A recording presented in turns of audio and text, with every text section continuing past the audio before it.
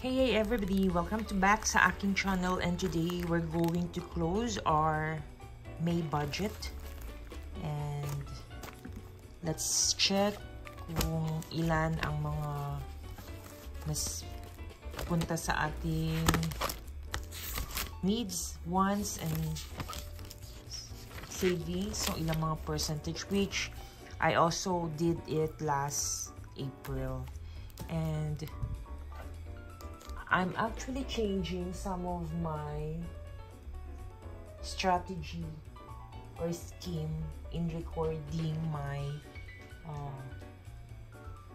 tracking expenses. Let's say, for example, as you remember, I have my aircon cleaning on first day of May. So what I did is I rolled over some funds from my household or home improvement fund. So this time, sa mga succeeding na recording natin ng ating tracking, hindi ko na muna siya ilalagay, pero maglalagay ako ng note. So actually, I already did this for June. So I have here 2 notes here for June. Hindi ko nilista yung what expenses was that one. Hindi ko nilista yung expenses dito, pero naka-note naman siya sa aking cash envelopes system. Para mangyayari niyan at the end of the year, if we look back, makukuha na talaga natin yung neto ng mga savings natin. So for example here, so, ito yung pinaka-talagang basic, like yung sa home natin, guys, diba? So, if you recall, meron akong funds na nilagay na 200 no May. So, naging 400 siya. But, yung expense kasi natin for the aircon repair or cleaning is also 400. So, 0 na yung naging balance natin. For this June naman, 200 ulit kasi nag-June na nga. So, may 200. Tapos, naggamit na naman namin siya yung nagpalit kami ng switch para sa ilaw namin, which is 165.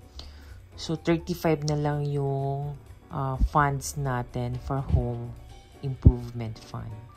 So, yan yun, guys. So, hindi ko na nilista yan for June, pero nakalista naman siya dito. Kasi, at the end of the year, ang gagawin natin, we will basically know ano yung mga na-save natin for this particular fund. Alright. So, yan yung gagawin natin. Except, syempre, kung yung i-roll over kung amount is masyado siyang malaki. So, kailangan ko siyang ilista. Alright. So, we'll now close our May budget. And let me just go through my app phone. In May, we spent around 35,794.98. Ang laki. Alright. Pero actually, hindi yan siya 35, yung 35, bakit siya naging 35? So, if you look closely, dun tayo sa income, yung stat natin. Alright. So, yung salary natin, yan yung binabudget ko at the start of the month. Since masyado talaga akong short, dahil nga maraming mga pumasok na expenses. So, nagkaroon tayo ng another source ng ating income na dividend. 4,000 nilagay ko. And then, for other, ito yung side hustle namin. Okay. Good thing, mabot siya ng 3,000. And then, rollover cash. So, kumuha ako sa caution fund ko ng 800. Kasi, kinulang pa rin ako. So, dinagdag natin siya. And then, nagkaroon tayo ng rewards for our Petron. Yan, sa kakagas namin, meron kaming mga nakuhang rewards. So, pwede na rin yun siya. Yung points, pwede na rin siya equivalent peso amount na 102. So, kung magagas ka, pwede mo siyang gamitin. And then, we look closely sa ating grocery. So, eto na tayo. Okay, guys. So, last April, we did our 50-30-20 rule. Kung magkano yung mga napunta doon sa ating mga expenses. So, gagawin ulit natin for May 2024. So, if you have your circles here, Yan, you just divide it, diba? Yung kalahati niyan, 50% of it should go to your needs. And then, yung 30% is yung wants mo, while 20% is yung nasisave mo amount. Alright, so i-categorize natin. So, ang nangyari sa atin, for me, ang grocery natin nasa 6,036.54. Yung utility namin, guys, ito yung medyo naging nag-spike up siya kasi ang mahal lang na bayaran namin. Nagmahalan lahat. Actually, hindi lang yung kami, pati yung kapitbahay namin. Nagtaas din pala mga bill nila sa kuryente. So, nagbayad kami ng mga roughly 4,000. Sa May, kaya nag-increase na ako ng budget nito for June. Tapos, meron tayong yung mga pamalengke natin. Hindi maiwasan yung mga gulay-gulay dyan sa mga prutas. Mas less kasi kaysa bilihin mo siya sa supermarket. And then, of course, yung food. So, hindi kami masyado namili ng mga pagkain. Nagluto kami kadalasan. So, yan yung amount natin. 3,131. And of course, our milk. Nag-proportion na ako ng milk, guys. Kasi yung 3 boxes of milk, hindi naman naubos for the month of May. May mga natira naman for June, kaya nag-proportionate ako. So, roughly, nasa 3,000 lahat ng ating gastos for milk. So, ito kasi, kung hindi na masyadong nagme-milk, kung isang beses na lang sana si Sarah, sa gabi na lang. So, ito siguro mababawasan pa. Pero for now, kasi talagang milk drinker pa yung anak ko. Alright. Debt payment. So, in time kasi ang debt payment pag nabayaran na natin siya. Lahat-lahat. So, magiging part na siya ng savings natin. Debt payment. Malaki-laki din yan, ha? So, meron tayong education. So, naglagay ako education kasi isa yan sa saving goals, guys. SG. So, meron tayong nilaan na 2,350. Fuel. I still consider fuel as part of the wants. So, ilalagay pa rin natin dito ang fuel. Uy, ang laki ng fuel. Sumobra ako sa budget. Miscellaneous. Silipin natin ang miscellaneous natin. Ito kagandahan kasi sa ayan. Ito yung miscellaneous namin. So, bumili ako ng mga crayons and pins. Photographs kasi nagkaroon ng moving up yung anak ko. So, may photograph siya. Tapos, bumili kami ng shoes niya. Yan, yung switch namin. Bumili rin ulit kami ng switch pala nung may naglaro siya sa Paradise. So, may medicine akong binili kasi wala pa akong medicine fund. So, dito ako kumuha sa miscellaneous. So, ilalagay natin. Hindi ko na siya i-breakdown kasi mahirapan ako. Ilagay na lang natin siya automatic as once. Okay.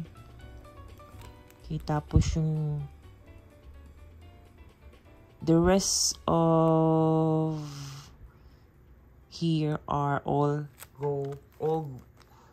goes all to savings. So we'll just add here, guys. So, meron tayong birthday fund.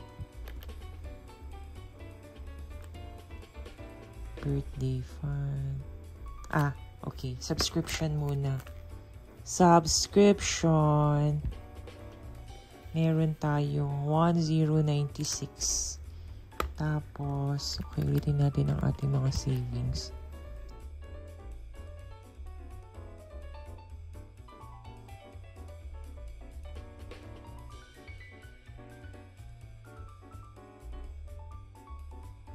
$4,595 pala lahat ang nasave ko. 4,500. Not bad. Alright. So, ayan. So, meron tayong total amount na 35,794.98. So, yung ating total needs 6 6036.54 plus 5881 3428 plus 3131 plus 3004. Oh my gosh, laki naman.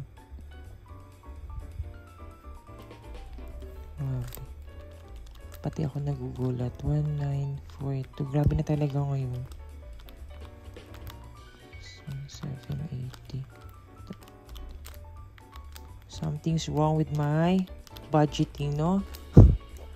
Kasi ang laki ng mga gastos namin. Tatlo lang naman kami. 550. So, kailangan pa talagang planuhin para just to trim down. Okay. Happy ako sa aking savings. Meron tayong 9,495. So, percentage natin, 21, 4.80.54 divide 35,794.98. See? Ang laki. 60%. 60%. Ang laki talaga. Kasi nga yung kuryente, yung milk. 4819.44 divided by 35,794.98. 13%. Haha, hindi ako masyado maluhong tao. So, 100 minus 60 minus 13. 27. Alright guys, ayan. So, klaro naman na, no? So, yung aking mga total expenses for May is nasa 35,000. 60% of it napunta sa needs natin. Ito yung mga spikes, oh. This one. Tsaka itong milk, yan. And then, ang wants natin, so we're good kasi masyadong mababa siya. Yan. And, we're saving 27% if nabayaran na natin itong ating debt. Pero, ito yung napupunta sa ating savings. Ayan. So, yan yung ating May budget closing for May. May budget that we've already closed down. So, marami mga nangyari. So, nagkaroon ako ng mga rice. So, marami ako mga dinagdag na mga fund dito, guys. Pero yun na nga, at pati, meron lang realization na talagang ito, utility dahil sa electric yan. Ayan. So, until then, guys, dito na lang muna tayo. So, see you on the next vlog. Bye-bye, everybody.